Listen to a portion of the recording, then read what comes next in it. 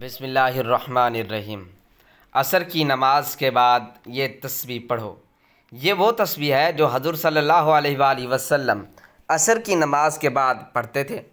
اس تسبیح میں دنیا اور آخرت کے قیمتی خزانے چھپے ہیں۔ صرف نصیب والے ہی یہ تسبیح پڑھ سکیں گے۔ محترم ناظرین، حضرت جعفر رضی اللہ تعالیٰ عنہ سے روایت ہے کہ رسول اللہ صلی اللہ علیہ وآلہ وسلم نے ارشاد فرمایا، بندے اور اس کے کفر کے درمیان فرق صرف نماز کا چھوڑنا ہے۔ اللہ پاک فرماتا ہے، ترجمہ: تمام نمازوں خصوصاً بیچ والی نماز عصر کی محافظت رکھو اور اللہ کے حضور ادب سے کھڑے رہو۔ اور رسول اللہ صلی اللہ علیہ وآلہ وسلم نے ارشاد فرمایا، وہ شخص دوزخ میں نہیں جائے گا جو سورج نکلنے سے پہلے یعنی فجر اور سورج ڈوبنے سے پہلے یعنی عصر نماز پڑھے گا۔ رسول اللہ صلی اللہ علیہ وآلہ وسلم کو یہ فرماتے ہوئے سنا، وہ شخص ہرگز آگ میں داخل نہیں ہوگا جو سورج نکلنے اور اس کے غروب ہونے سے پہلے نماز پڑھتا ہے، یعنی فجر اور عصر کی نمازیں۔ اس پر تبصرے کے ایک آدمی نے ان سے کہا، کیا آپ نے یہ روایت رسول اللہ سے سنی تھی؟ انہوں نے کہا، ہاں۔ اس آدمی نے کہا، میں شہادت دیتا ہوں کہ میں نے بھی یہ روایت رسول اللہ سے سنی ہے۔ میرے دونوں کانوں نے اسے سنا اور میرے دل نے اسے یاد رکھا۔ رسول اللہ صلی اللہ علیہ وآلہ وسلم نے ارشاد فرمایا، تم میں سے کسی کے اہل اور مال میں کمی کر دی جائے تو یہ اس کے لیے بہتر ہے کہ اس کی نماز عصر فوت ہو جائے۔ فرمان محمد مصطفیٰ صلی اللہ علیہ وآلہ وسلم، جب مردہ قبر میں داخل ہوتا ہے تو اسے سورج ڈوبتا ہوا معلوم ہوتا ہے۔ وہ آنکھیں ملتا ہوا اٹھ بیٹھتا ہے اور کہتا ہے، ذرا ٹھہرو، مجھے نماز تو پڑھنے دو، یعنی اے فرشتو، سوالات بعد میں کرنا، عصر کا وقت جا رہا ہے، مجھے نماز عصر پڑھ لینے دو۔ یہ وہ کہے گا جو دنیا میں نماز عصر کا پابند تھا۔ اللہ پاک نصیب کرے۔ مزید فرماتے ہیں کہ ممکن ہے کہ اس پر سوال و جواب ہی نہ ہو، اور یوں تو نہایت آسان، کیونکہ اس کی یہ گفتگو تمام سوالوں کا جواب ہو چکی۔ بہار شریعت امام احمد ابو ہریرہ رضی اللہ تعالیٰ عنہ سے روایت ہے کہ حضور نبی کریم صلی اللہ علیہ وآلہ وسلم فرماتے ہیں، رات اور دن کے ملائکہ نماز فجر و عصر کے جمع ہوتے ہیں۔ جب وہ جاتے ہیں تو اللہ پاک ان سے فرماتا ہے، کہاں سے آئے ہو؟ حالانکہ وہ جانتا ہے۔ عرض کرتے ہیں، تیرے بندے کے پاس سے۔ جب ہم ان کے پاس گئے تو وہ نماز پڑھ رہے تھے اور انہیں نماز پڑھتا چھوڑ کر تیرے پاس حاضر ہوئے۔ نبی کریم صلی اللہ علیہ وآلہ وسلم نے فرمایا، جس کی نماز عصر چھوٹ گئی گویا اس کا گھر اور مال سب لٹ گیا، یعنی عصر مبارک نماز کا فوت ہونا بربادی اعمال میں سے ہے۔ ناظرین، اللہ تعالیٰ کا ذکر کرنے سے انسان کو جہاں روحانی فائدے ملتے ہیں وہاں ہم ساتھ دنیاوی فائدہ بھی ملتے ہیں۔ قرآن اور حدیث میں واضح طور پر ذکر کیے گئے ہیں، یعنی تسبیح اللہ کی ایک اہم عبادت ہے جو انسان کو اللہ پاک کے قریب لے آتی ہے اور اس کے دل میں اطمینان اور سکون پیدا کرتی ہے۔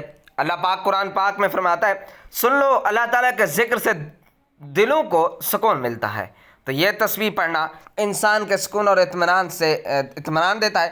جب انسان اللہ پاک کے ذکر میں مشغول ہوتا ہے تو وہ دنیاوی پریشانیوں سے دور ہو کر اللہ پاک کی طرف متوجہ ہوتا ہے، جس سے دل میں سکون آتا ہے۔ جو لوگ اللہ پاک کا ذکر کرتے ہیں یعنی تسبیح کو پڑھتے ہیں تو اللہ پاک ان کے گناہوں کو معاف کر دیتا ہے۔ اللہ پاک فرماتے ہیں، میرے بندو میرا ذکر کرو، میں تیرا ذکر کروں گا۔ تسبیح پڑھنے سے اللہ تعالیٰ سے مانگی گئی دعا قبول ہوتی ہے۔ حضرت ابو ہریرہ رضی اللہ تعالیٰ عنہ سے روایت ہے کہ حضرت ابو ہریرہ رضی اللہ تعالیٰ عنہ سے مروی ہے، جو شخص اللہ کا ذکر کرتا ہے یعنی تسبیح پڑھتا ہے تو اس کی دعائیں قبول کرتا ہے اور اسے مشکلات سے نجات دیتا ہے۔ اللہ پاک کے ذکر سے انسان کی دعا قبول ہوتی ہے اور اپنی مشکلات سے نکلنے میں کامیاب ہو جاتا ہے۔ تسبیح پڑھنے سے انسان کی زندگی میں برکت آتی ہے۔ جو شخص صبح شام اللہ کا ذکر کرتا ہے اس کی روزی میں برکت ہوتی ہے۔ تو یہ تسبیح انسان کی روزمرہ زندگی میں برکت کا، کامیابی اور سکون لے کر آتی ہے۔ یہ عمل دنیا آخرت میں بھی کامیابی کا سبب بنتا ہے۔ اللہ پاک کی مدد اور حفاظت بھی ملتی ہے۔ حضرت علی رضی اللہ تعالیٰ عنہ سے مروی ہے کہ جو شخص اللہ رب العزت کی تسبیح کرتا ہے اللہ پاک اس کی ہر پریشانی سے مدد کرتا ہے۔ اللہ کا ذکر انسان کو شیطانی شر سے محفوظ رکھتا ہے اور اللہ پاک کی مدد کی ضمانت بھی فراہم کرتا ہے۔ اگر آپ چاہتے ہیں کہ اللہ پاک آپ کو دونوں جہانوں میں عزت و کامرانی عطا فرمائے، کبھی کسی کے محتاج نہ ہو، کبھی کسی کے سامنے ذلت اور رسوائی کا سامنا کرنا پڑے، دشمنوں سے حاسد سے ہمیشہ محفوظ رہیں، تو آپ یہ تسبیح لازمی پڑھیں، جسے نبی پاک صلی اللہ علیہ وآلہ وسلم بھی پڑھتے تھے، کہ جس کے پڑھنے سے دنیا و آخرت کے چھپے خزانے مل جاتے ہیں۔ اس تسبیح سے انشاءاللہ دونوں جہانوں میں عزت کامرانی آپ کا مقدر بن جائے گی، کامیابی آپ کے قدم چومے گی انشاءاللہ۔ جب کبھی اپنی زندگی کو سمجھنے کی کوشش کرتا ہے تو اسے اس حوالے سے مختلف قسم کی آراء سننے کو ملتے ہیں۔ اللہ تعالیٰ نے قرآن مجید میں اس حوالے سے بہت ہی واضح اور خوبصورت باتیں ارشاد فرمائی ہیں۔ اللہ تعالیٰ سورۃ المؤمنون میں ارشاد فرماتے ہیں، تو کیا تم نے سوچ لیا کہ بے شک ہم نے پیدا کیا تمہیں بے مقصد ہی، اور بے شک ہماری طرف تم نہیں لوٹائے جاؤ گے؟ بس بہت بلند ہے اللہ جو حقیقی بادشاہ ہے، نہیں کوئی معبود مگر وہ حقیقی رب ہے، عزت والے عرش کا، اور جو پکاریں اللہ پاک کے کسی دوسرے معبود کو نہیں کوئی اس کے پاس اس کی، تو بے شک اس کا حصہ اس کے رب کے پاس ہے۔ بلا شبہ یہ حقیقت ہے کہ کافر لوگ کبھی فلاح نہیں پائیں گے۔ سورۃ الذاریات میں اللہ تعالیٰ نے انسان اور جنوں کی تخلیق کے مقصد کو نہایت اہم انداز میں واضح فرما دیا۔ اللہ تعالیٰ ارشاد فرماتے ہیں، اور میں نے ہی پیدا کیا جنوں اور انسانوں کو مگر اس لیے کہ وہ میری عبادت کریں۔ تو آیات پر غور و فکر اور تدبر کرنے کے بعد یہ بات سمجھ میں آتی ہے کہ تخلیق انسانیت کا در حقیقت اللہ تعالیٰ کی معرفت حاصل کرنا، اس کی بندگی اور عبادت کو بجا لانا۔ ان عبادتوں اور جو جلانے کے مختلف طریقے کتاب و سنت میں مذکور ہیں، جن میں انتہائی خوبصورت اور آسان طریقہ اللہ تبارک و تعالیٰ کا مسلسل ذکر ہے۔ ذکر الہی انوار کی کنجی ہے، بصیرت کا آغاز ہے، اور جمال فطرت کا اقرار ہے، حاصل علم کا جال ہے۔ یہ تماشا گاہ ہستی کی جلوہ آرائی اور حسن آفرینیوں کا اقرار ہے۔ ذات کے ذکر میں زہد کی فکر میں خالق کائنات کی جھلک نظر آتی ہے۔ ذکر الہی دراصل خالق حقیقی سے رابطے کی شکل ہے۔ محترم ناظرین، آج ہم گناہوں کی سمندر میں غرق ہیں، قدم قدم پہ رب کریم کی نافرمانیاں کر رہے ہیں۔ ہماری صبح، ہماری شام، ہماری رات معصیتوں سے آلودہ ہے۔ نفس اور شیطان کے چنگل میں پھنس کر ہم اپنے رحیم و مہربان پروردگار کی بغاوت کے مرتکب ہو رہے ہیں۔ دنیا کی محنت نے ہمیں آخرت سے غافل کر رکھا ہے۔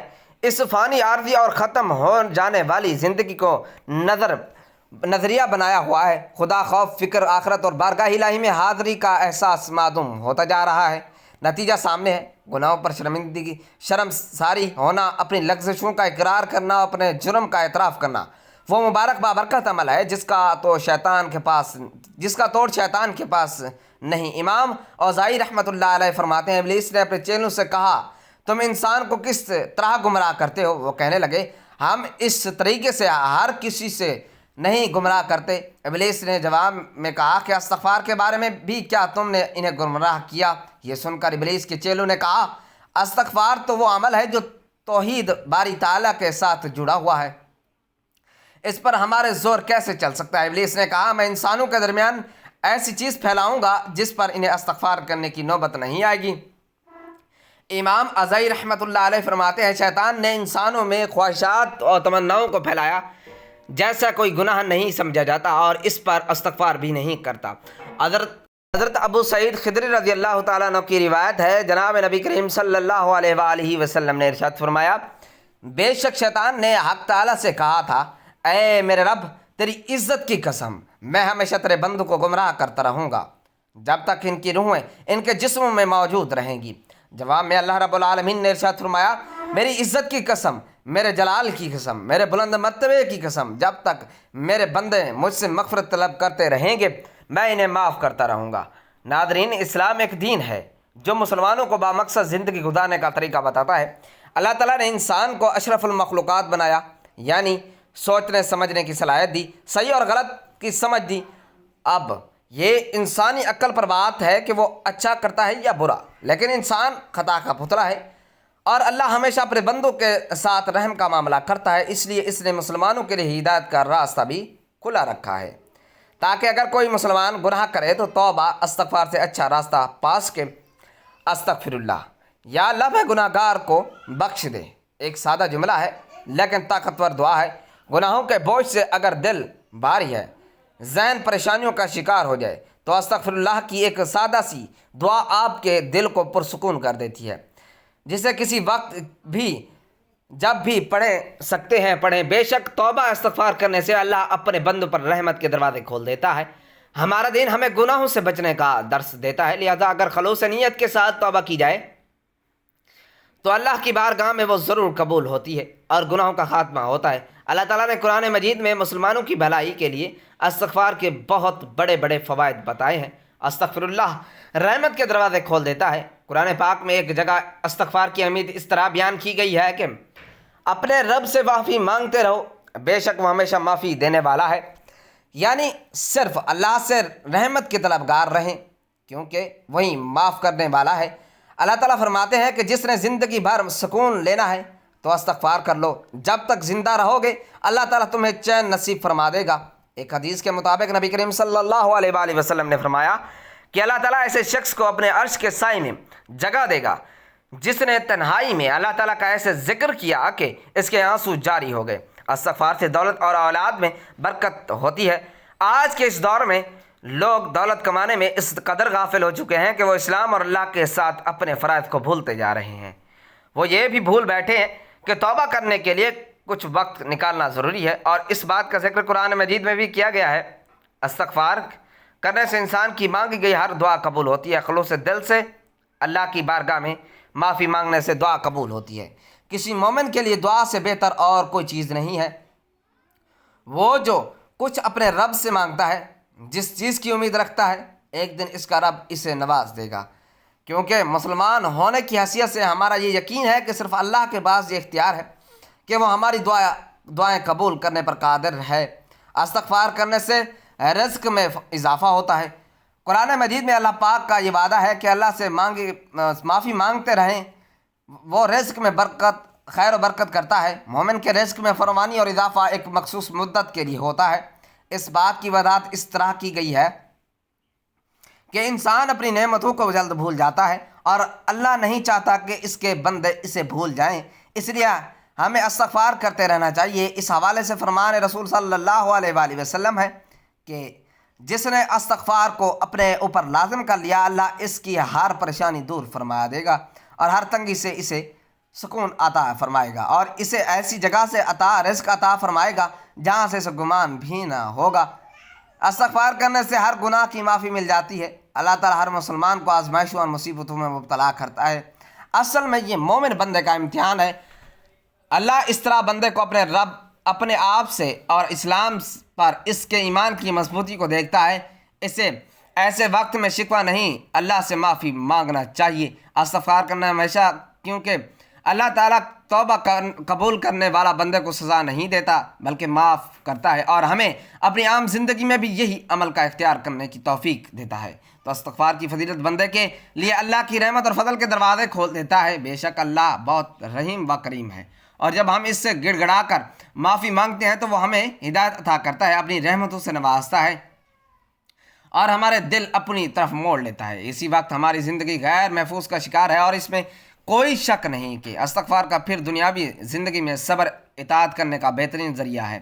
تو ناظرین محترم، وقت کی نزاکت کو مد نظر رکھتے ہوئے چلتے ہیں وظیفے کی جانب، اور آپ کو بتاتے ہیں وہ تسبیح جو نماز عصر کے بعد پڑھنی ہے، جسے حضور صلی اللہ علیہ وآلہ وسلم بھی نماز عصر کے بعد پڑھا کرتے تھے، کہ جس میں دنیا و آخرت کی قیمتی خزانے چھپے ہیں، بہت سے راز پوشیدہ ہیں، اور نصیب والے ہی یہ تسبیح پڑھ سکتے ہیں۔ آپ نے اپنے کسی مقصد کے لیے، کسی بھی مشکل یا پریشانی سے نکلنے کے لیے، خاص طور پر اللہ پاک کی فوری مدد حاصل کرنے کے لیے، راستے سے ہر رکاوٹ فوراً دور کرنے کے لیے، ہر ناممکن کام کو ممکن کرنے کے لیے غرض اس تسبیح کو کسی بھی حاجت کے لیے پڑھنا ہے، تو سب سے پہلے آپ نے نماز عصر ادا کر لینی ہے۔ سب سے پہلے درود پاک پڑھ لینا ہے۔ درود پاک ثواب کے طور پر ایک مرتبہ میرے ساتھ بھی درود پاک پڑھ لیجئے۔ اللہم صلی علی محمد وعلی آل محمد کما صلیت علی ابراہیم وعلی آل ابراہیم انک حمید مجید۔ اللہم بارک علی محمد وعلی آل محمد کما بارکت علی ابراہیم وعلی آل ابراہیم انک حمید مجید۔ پاک پڑھنے کے بعد آپ نے اپنے مقصد کی نیت کرنی ہے، اور جب آپ نیت کر لیں تو فوری طور پر آپ نے اعوذ باللہ من الشیطان الرجیم اور بسم اللہ الرحمن الرحیم پڑھ کر وظیفے کا آغاز کرنا ہے، اور سب سے پہلے اللہ پاک کے ناموں کی تسبیح شروع کر دینی ہے، اور اللہ پاک کے یہ 3 نام یا اللہ، یا رزاق، یا وہاب، ان کا ورد شروع کر دینا ہے، اور ان 3 ناموں کو 101 مرتبہ پڑھنا ہے۔ حضرت علی رضی اللہ تعالیٰ عنہ سے مروی ہے کہ اگر تم پریشان ہو تو اللہ کے نام کا ذکر کثرت سے کیا کرو، تسبیح کرو، تو اللہ پاک اس کی تمام مشکلات آسان کر دیتا ہے۔ اس لیے یا اللہ، یا رزاق، یا وہاب کا ذکر پڑھتے رہیں۔ اللہ پاک کے یہ تینوں ناموں کا ذکر کرنے کے بعد آپ نے آج کے عمل کی تسبیح پڑھنی ہے، جو عمل کی ریڑھ کی ہڈی ہے۔ آپ نے سبحان اللہ و بحمدہ سبحان اللہ العظیم استغفر اللہ و اتوب الیہ، سبحان اللہ و بحمدہ سبحان اللہ العظیم استغفر اللہ کو پڑھنا ہے۔ یہ وہ کلمات ہیں جو نبی کریم صلی اللہ علیہ وآلہ وسلم عصر کے بعد کثرت سے پڑھا کرتے تھے۔ ان کلمات میں اللہ کی پاکیزگی کا اظہار، اس کے شکر کی علامت، بخشش کی درخواست، اس کی مکمل ایک تسبیح پڑھنی ہے، یعنی پورے 100 دفعہ آپ نے ان کلمات کی تسبیح پڑھنی ہے۔ اس کے بعد آپ نے قرآن پاک کی ایک بہت ہی مختصر اور جامع سورت یعنی سورۃ الکوثر 3 مرتبہ پڑھنی ہے۔ 3 مرتبہ سورۃ الکوثر پڑھنے کے بعد آپ نے اتنا ہی درود پاک پڑھ لینا ہے جتنا وظیفہ شروع کرنے سے پہلے پڑھا تھا۔ یہ عمل بہت ہی کمال کا عمل ہے، بہت ہی مجرب وظیفہ ہے۔ آپ نے اس کو نماز عصر کے بعد لازمی پڑھنا ہے۔ اس تسبیح کو پڑھنے کا معمول بنا لیں۔ اس تسبیح میں دنیا اور آخرت کے راز پوشیدہ ہیں، فیصلے آپ کے حق میں ہوں گے، جیسا کہ آپ چاہیں گے ویسا ہوگا۔ اللہ تعالیٰ آپ کی خواہشات پر ان کا حکم فرما دے گا، آپ کی ہر جائز مراد کو پورا فرما دے گا۔ ناظرین محترم، یہ چھوٹی چھوٹی تسبیحات، ان پر خود بھی عمل کریں، اپنے گھر والوں کو، دوست احباب کو بھی ان کے متعلق بتائیں تاکہ ان کو پڑھنے سے دنیا آخرت کا فائدہ حاصل ہو، اور جو فائدہ آپ کو ہوں گے انشاءاللہ خود بھی اپنی نظروں سے دیکھیں گے، وہ دنیا بھی دیکھ حیران رہ جائے گی، اور اللہ آپ کو آخرت میں اتنا اجر دے گے جو بیان کرنے سے باہر ہے۔ اللہ تعالیٰ ہم سب کو استغفار کرنے کی توفیق عطا فرمائے، اور ہمیں ان لوگوں میں شامل کرے جن پر ان کا خاص کرم ہے۔ ناظرین، ویڈیو اچھی لگے تو ویڈیو کو لائک کریں، شیئر کریں، چینل کو سبسکرائب کریں، اور کمنٹ باکس میں اللہ تعالیٰ کے 99 ناموں میں سے ایک نام ضرور ٹائپ کریں۔ اگلی ویڈیو تک کے لیے دیجیے اجازت، اللہ حافظ۔